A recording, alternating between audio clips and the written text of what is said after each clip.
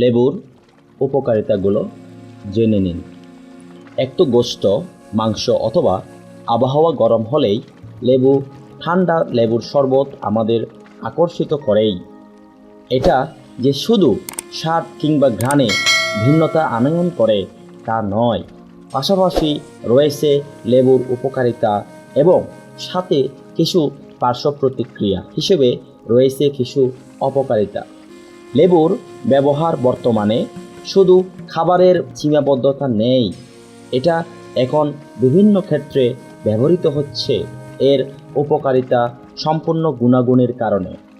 যেমন লেবুর খোসার উপকারিতা রয়েছে, তেমনি একইভাবে লেবুর রস খাওয়ার উপকারিতা। লেবুর উপকারিতা চুলের যত্নের জন্য, মুখের ত্বকে লেবুর উপকারিতা, গরম জলে লেবুর রসের উপকারিতা, ত্বকের যত্নে এবং ভিন্ন ভিন্ন ক্ষেত্রে পাতিলেবুর ও অনেক উপকারিতা রয়েছে। আপনার নিকট একটি প্রশ্ন থাকলো, লেবুর রস মুখে দিলে কি হয়? আমাদের বাঙালি সংস্কৃতিতে খাবারে যেমন লেবুর ব্যবহার দৃশ্যনীয়, একইভাবে চিকিৎসা বিজ্ঞানেও ডাক্তারগণ রোগীদের সমস্যার উপর ভিত্তি করে লেবু খাওয়ার জন্য পরামর্শ দিয়ে থাকেন। মূলত লেবু একটি উপকারী ফল, আবার একই সাথে স্বাদ বৃদ্ধিকারী সালাদ ও। চলুন এখন জানা যাক লেবুর পুষ্টিগুণ সম্পর্কে। লেবুতে কী কী পুষ্টিগুণ থাকে তা সংক্ষেপে জানা যাক। লেবুর পুষ্টিগুণ। লেবুতে রয়েছে আমাদের শরীরের জন্য উপকারী বেশ কিছু পুষ্টি উপাদান, যা আমাদের মানবদেহের জন্য অনেক উপকারী। লেবুর পুষ্টি উপাদানগুলো হলো, লেবুতে রয়েছে প্রচুর পরিমাণ citric acid, ascorbic acid, vitamin C, শরীরের জন্য উপকারী খনিজ পদার্থ।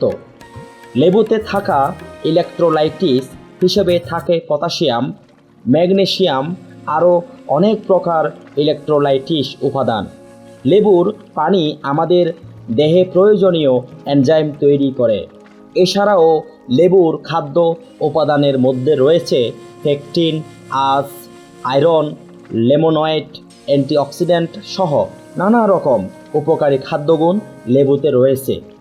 প্রায়ই সময় ডাক্তারগণ রোগীর মধ্যে ভিটামিন সি এর ঘাটতি দেখলে বেশি বেশি লেবু খাওয়ার পরামর্শ দিয়ে থাকে। এতক্ষণ লেবুর পুষ্টিগুণ সম্পর্কে ধারণা নেওয়া হলো। এবার চলুন আমাদের মানব শরীরের জন্য লেবুর উপকারিতা সম্পর্কে জানি। সতর্কতা: আমরা কেউ যদি সম্প্রতি ক্যালসিয়াম জাতীয় কোনো রকম ঔষধ সেবন করে থাকি, তাহলে তাদের জন্য সবচেয়ে বেস্ট হলো কয়েকদিন সাইট্রিক জাতীয় ফল না খাওয়া। যেমন লেবু একটি সাইট্রিক অ্যাসিড সমৃদ্ধ ফল, তাই এই সময় লেবু খাওয়া হতে বিরত থাকতে হবে, অন্যথায় নানা রকম দৈহিক সমস্যায় ভুগতে হবে।